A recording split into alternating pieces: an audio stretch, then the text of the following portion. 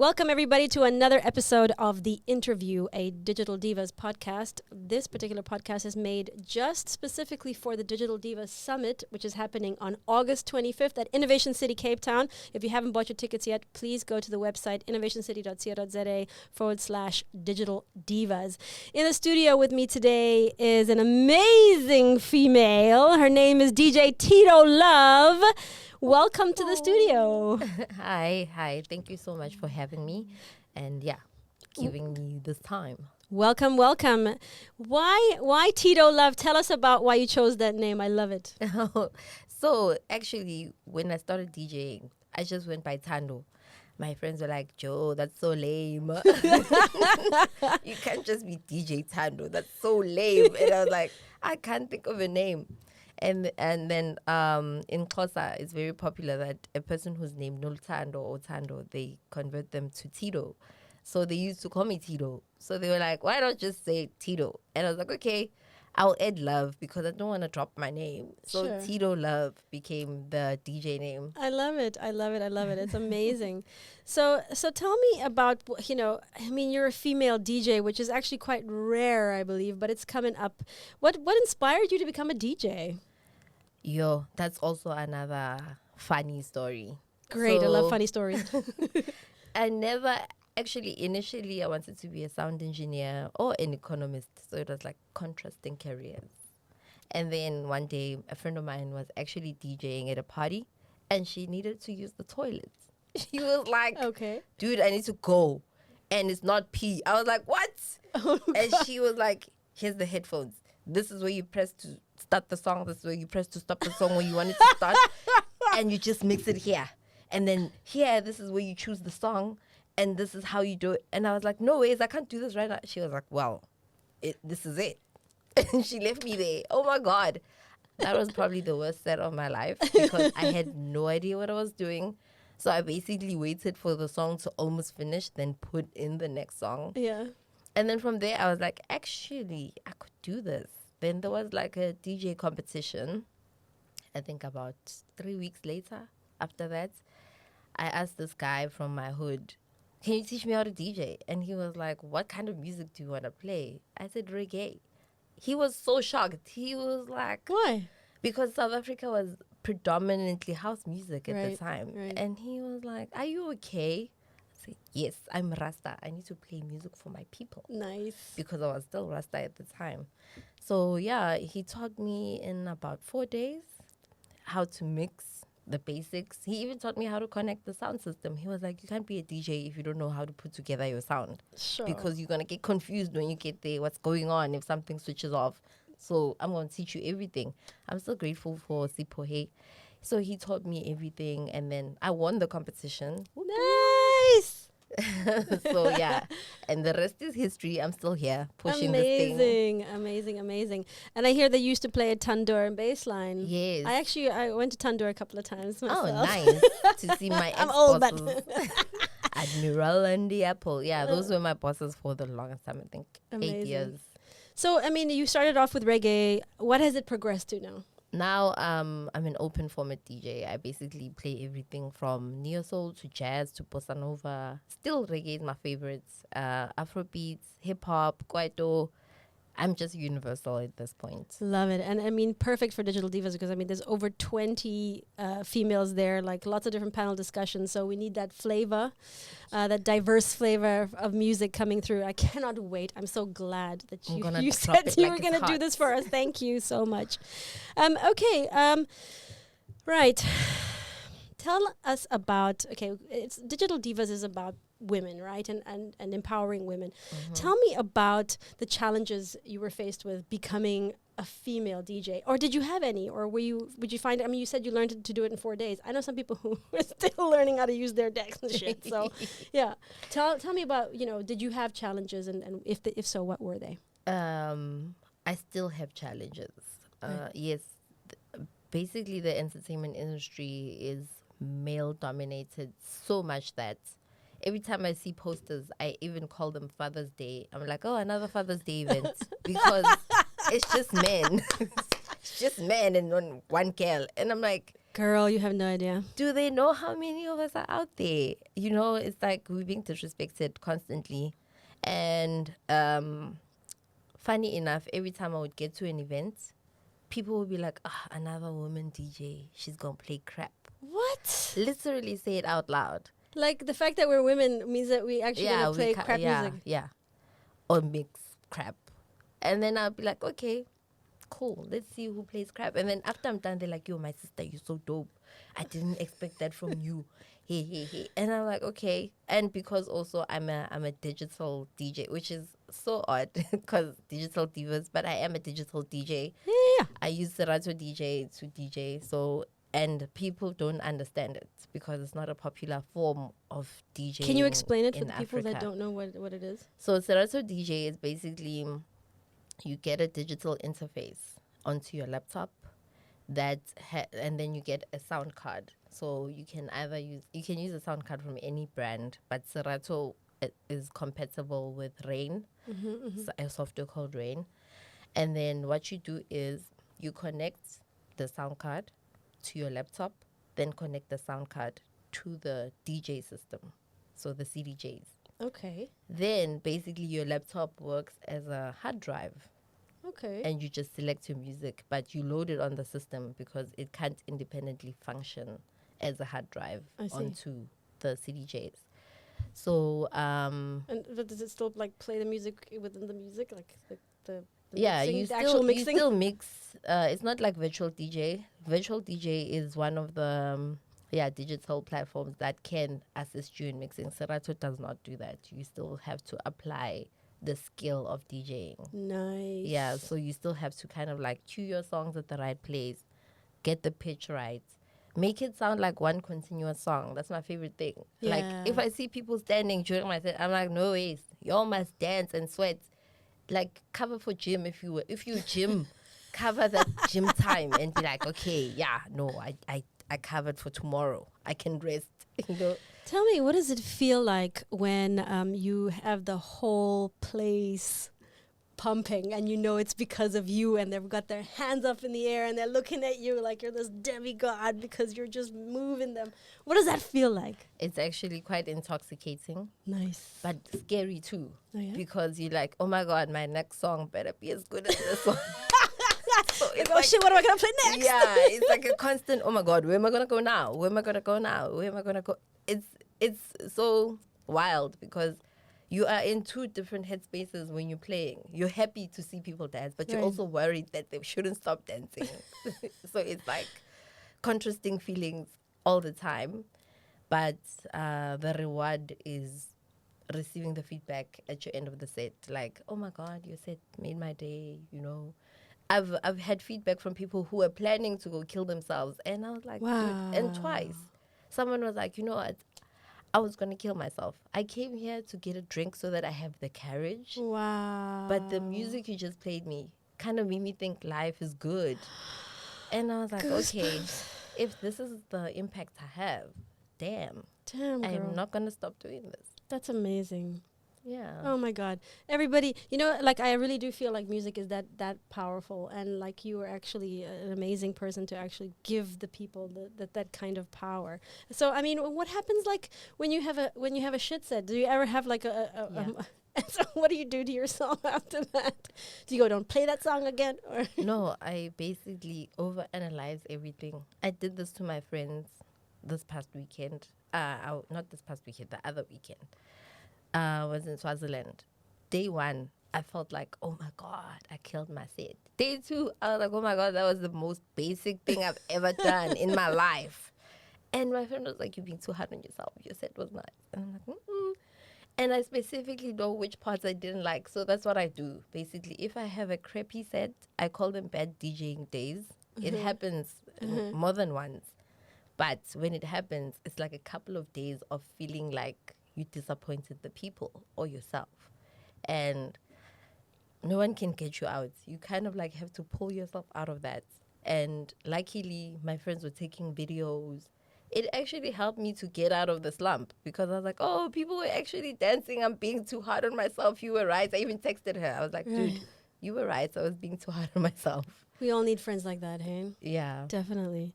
So you said you were in Swaziland. That's amazing. I did actually see some of the pictures and stuff from that. There was a festival there. I Yeah, Luju Fest. believe. But you actually live in Cape Town, right? Yes. I'm based Why do you live in Cape Town? Let's hear a little bit of love for Cape Town. I'm a born, bred, raised Joburger. So, and I was like, you know what? I have never, besides traveling, I have never experienced being far from home.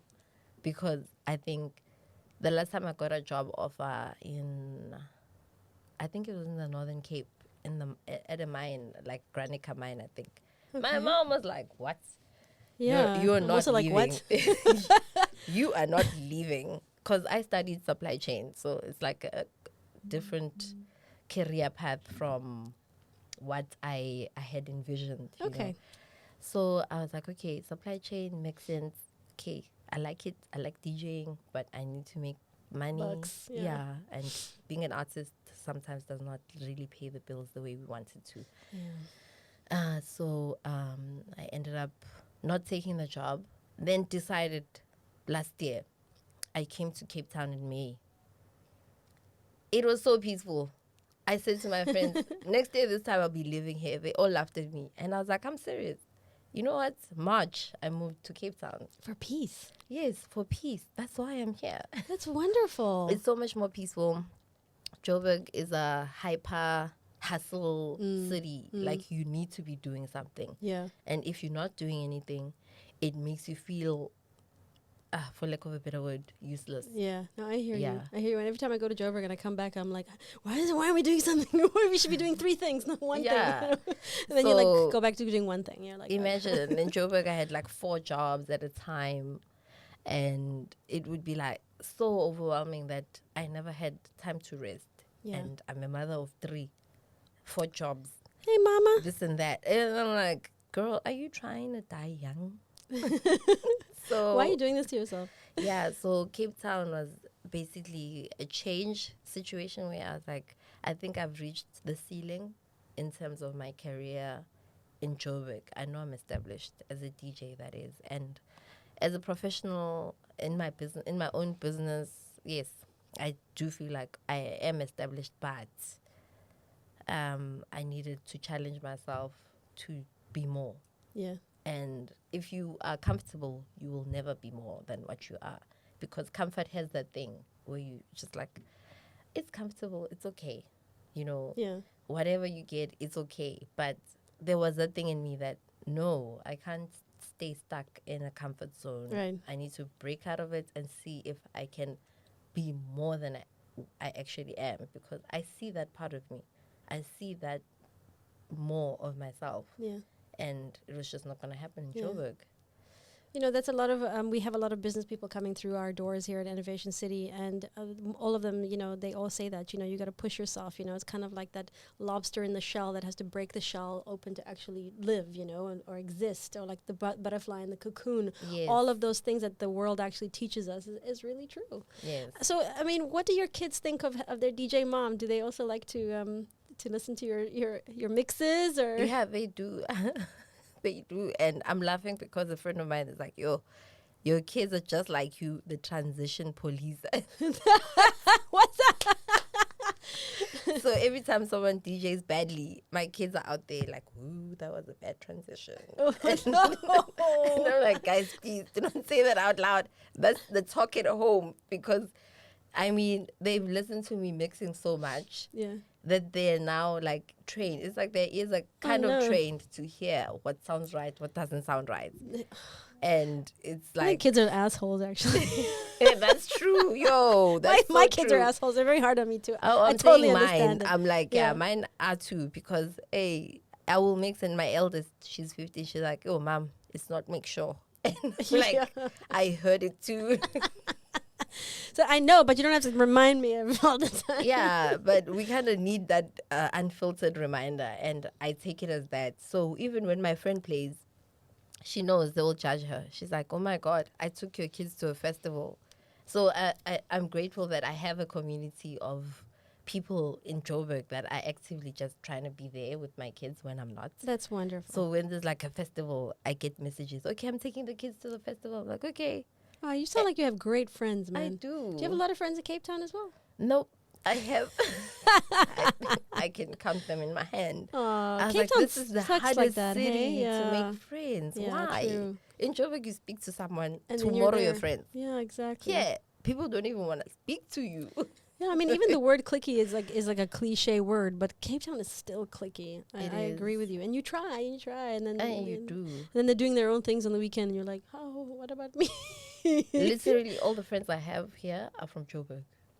Yeah. Literally, and one is from Brazil. So it paints such a picture about people from the city. It really does. It really Why? does. And I mean, I also think, I don't know if you agree with me, so, there you are in Swaziland, and then you do your stuff in Joburg as well, but how much DJing do you actually do in Cape Town? Not a lot either because of the clique situation. You have to know someone who knows someone. It's like in Joburg, I've worked with big brands.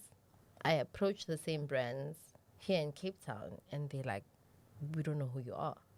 And I'm like, dude, I was booked by your office here. Yeah. They booked me here for Joburg. How do you not know? Like, even, here's my profile. Here's my social media post. I'm on your social media. This happened with a specific brand. And the guy went on my Instagram and he was like, you lying. I don't see anything. I literally had to send him a link. And I'm like, I hate that. It's like you actually had to do do you know who I am thing. yeah. And I'm That's like, awful.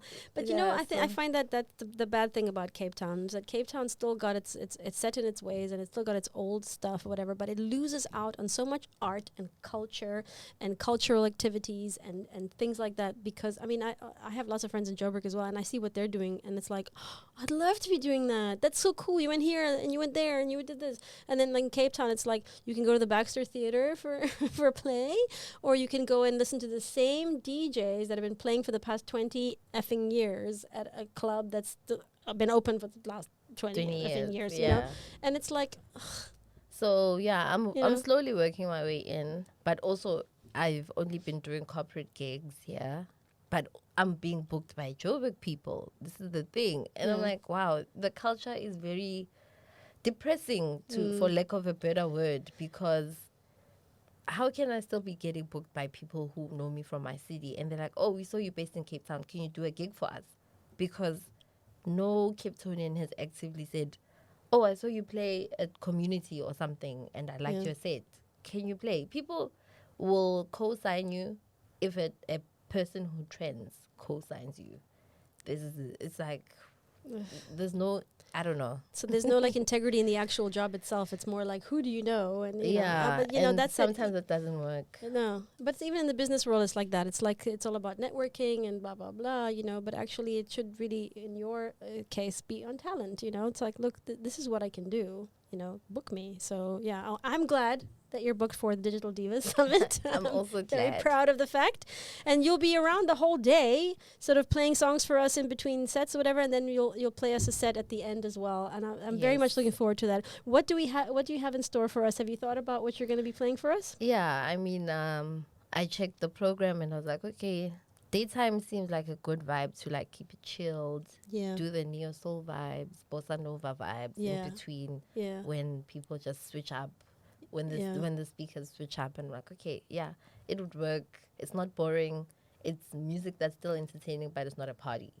Great. You get what I mean? Yeah. Yeah, you still can groove to some bossa nova. And but you'll be able to read the crowd as well if they're like yawning. Hopefully not. I know. So blast them I'm with good. something. Like that's my superpower. I can read the crowd. I know. I mean, amazing. Thank you so much. I mean, last question, I guess. What advice would you have for aspiring female DJs? If there's a girl out there who has to work a day shift somewhere really boring, but actually really wants to play music, where does she go? What does she do? What must she do? First advice, get listens.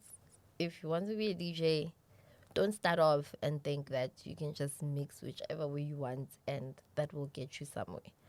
Because recently the trend is you just need to look sexy but not have the talent. Ooh, some of us still care about the talent, and I don't think that's going to last long enough. So you better just be good at what you do. So practice, practice, practice. Get lessons.